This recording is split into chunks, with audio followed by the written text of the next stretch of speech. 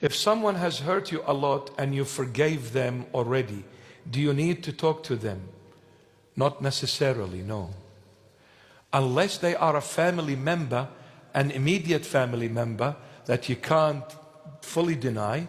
If it's someone that you can, walk away from, a friend, a relative, maybe, someone that was very close to you, but they have their own life and you have your own life. No, you have to forgive them, but you don't have to continue talking with them.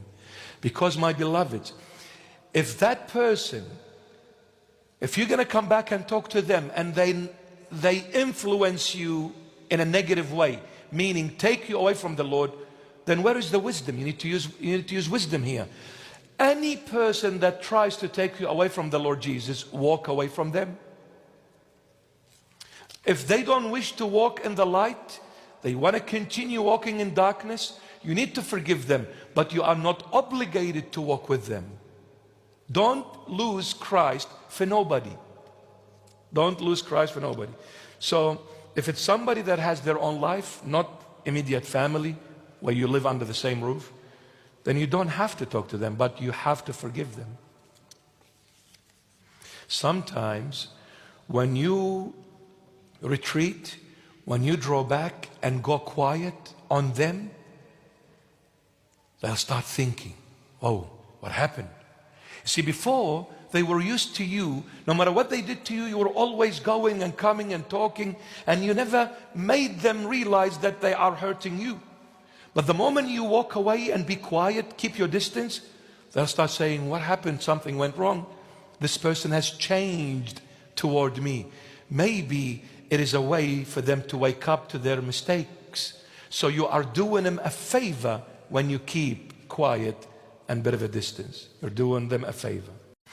How to get over the temptation of lust.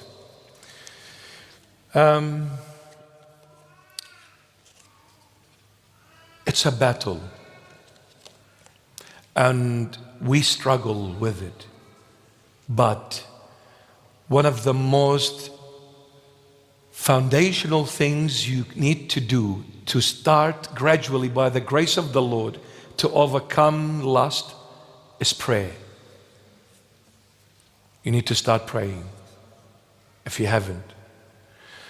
After prayer, you need to start reading the Holy Bible, because the Holy Bible will gradually start molding you, shaping you, and forming you in the way Christ thinks, because the Holy Bible is the thought of Christ.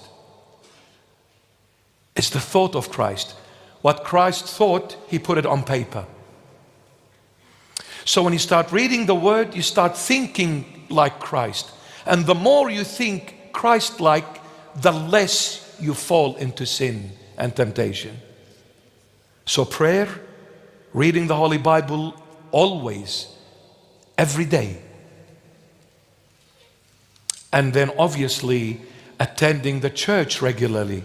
You need to receive the body and the blood of Christ regularly. You need to attend and be part of the church environment and be close to the church. You can't afford to go to church once a year on Christmas or on Sunday resurrection. Not enough. Not enough at all. The dosage is nowhere near what you need to be fully healed. So there has to be consistency and being persistent. Praying, reading, attending the church. Gradually the Lord will help you by His grace and mercy to overcome the lust.